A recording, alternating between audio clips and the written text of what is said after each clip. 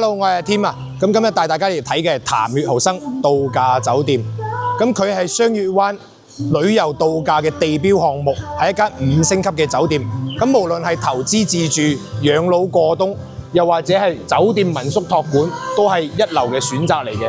咁今日阿 Tim 就會係從小區嘅配套，同埋我哋嘅一個戶型，同埋我哋酒店民宿託管，逐一咁同大家分析一下我自己嘅見解嘅。潭悅豪生度假酒店咧，其實佢嘅全名叫做潭悅溫德姆豪生度假酒店嘅。咁佢個名咧真係鬼死咁長嘅，咁阿 Tim 直接叫佢潭悅豪生度假酒店就算啦。咁我咧就會提大家即刻上去睇下我哋嘅戶型同埋佢嘅租金投資回報係點樣。Let's go， 我哋直接上去睇下。佢位於雙月灣港口度假區，挨海而建，由5棟最高30至33層同12棟別墅組成，一共1500幾戶，喺2015年到2016年建成嘅。咁佢全部都係70年嘅產權，住宅性質。咁佢嘅定位係5星級度假酒店加一線海景，係名副其實嘅雙月灣第一梯隊。步行5分鐘就可以行到沙灘㗎喇。咁周邊呢，有我哋最出名嘅網紅打卡點礁石酒吧，我哋睇一睇啦。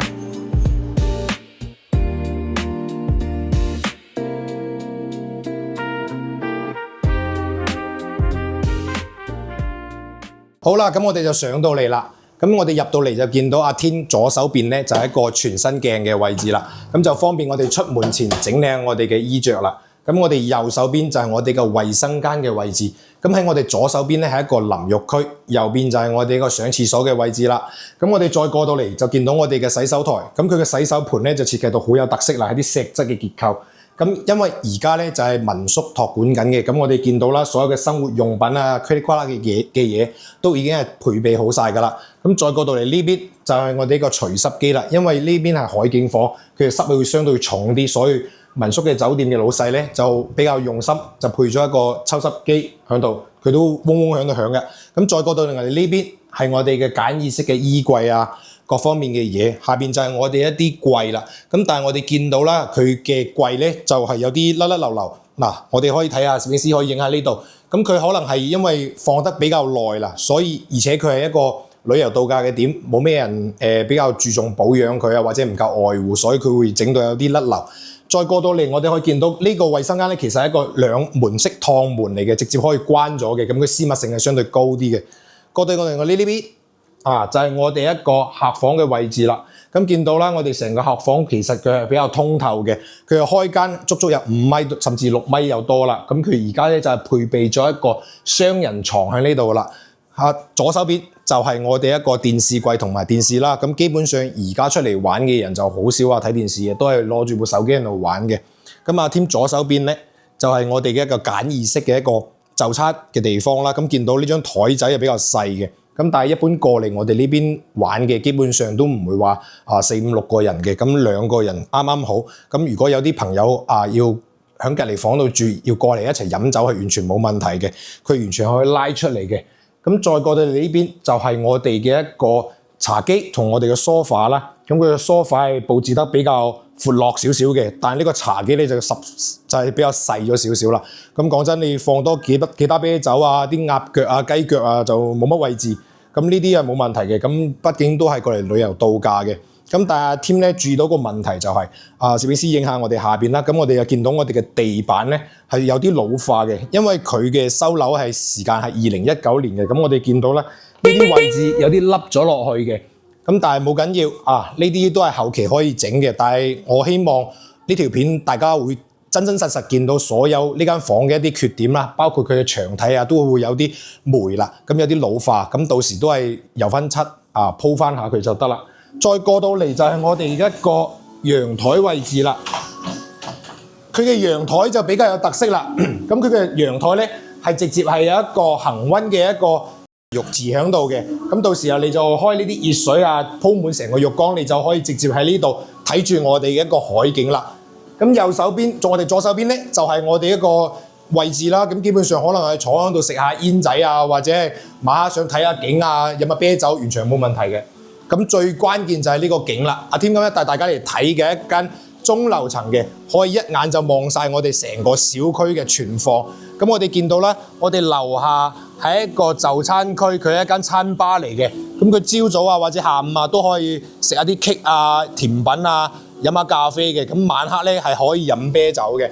咁再過到嚟，我哋見到我哋小區嘅環境啦。小區有泳池，佢泳池有水上兒童樂園啦，同埋我哋嘅成人嘅位置。咁成個小區嘅綠化佈置都係比較好嘅。再往前走就係我哋一個沙灘邊嘅泳池。咁你喺沙灘邊直接可以望住個海景游水，都係比較特別嘅。咁有啲人唔係好中意話落去沙灘游水啊，咁直接可以喺呢個泳池度直接游水噶啦，一眼就可以望到我哋嘅海景。咁我哋入翻嚟再講下我哋呢間房嘅面積。我哋房嘅面積咧，佢嘅總面積係69平方嘅，講緊總價 total 嘅話係38萬嘅。咁而家係有民宿託管啦。咁如前業主咧，我就唔知道點解佢冇託管俾酒店，可能係覺得託管俾酒店有啲店大欺客啊，或者其他啲情況，我就唔了解。咁如果有想了解嘅，阿添都可以直接幫你哋去問下原業主嘅，係冇問題嘅。咁呢一間咧，成間嚟講嘅話，佢係比較通透嘅。咁因為譚悅豪生佢嘅單位咧係相對於紅海啊或者響海呢邊嘅會稍微高少少，但係佢有69個平方嘅，咁所以佢話佢嘅價錢就會相對高翻少少啦。咁呢間單位，阿添就講到嚟呢度啦。咁我哋接下落嚟就會講下我哋其他嘅一啲投資問題啊，或者佢嘅優劣勢，我都會詳細咁同大家講嘅。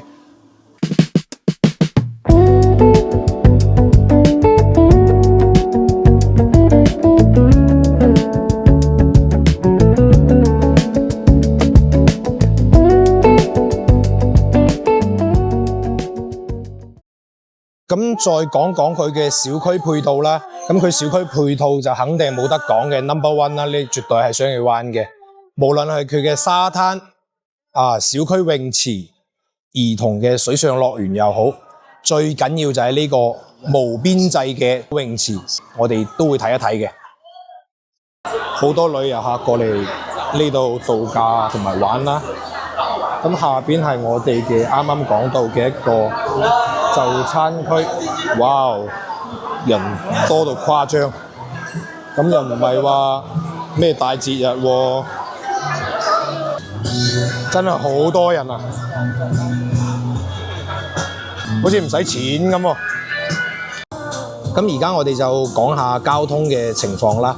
咁如果係深圳嘅朋友自己揸車過嚟呢，要2個幾鐘頭嘅。咁如果係廣州嘅朋友嘅話，就仲要耐翻少少啦。佢係冇直達嘅高鐵嘅，全部都係喺惠東站落車，咁再過到嚟咧都要30分鐘嘅車程嘅。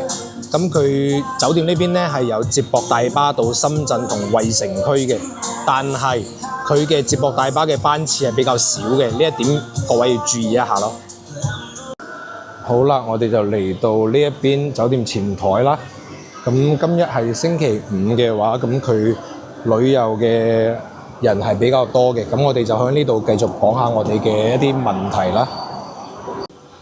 好啦，咁我哋而家就分析下我哋嘅一個自住同埋投資嘅情況啦。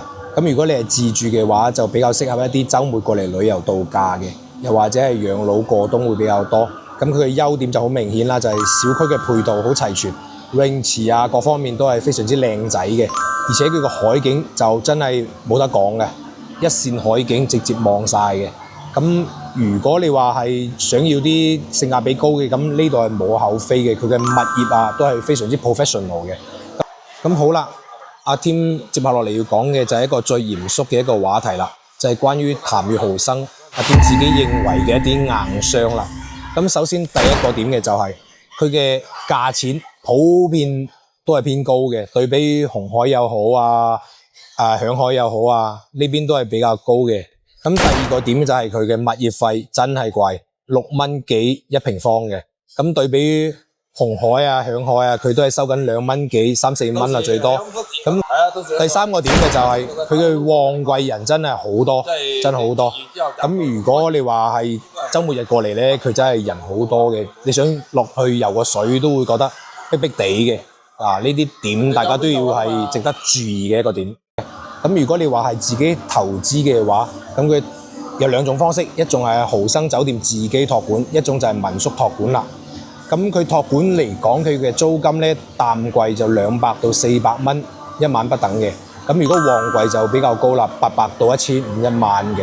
咁佢因為佢實在太靚啦，喺呢度係一個地標網紅嘅點，所以佢會比較貴。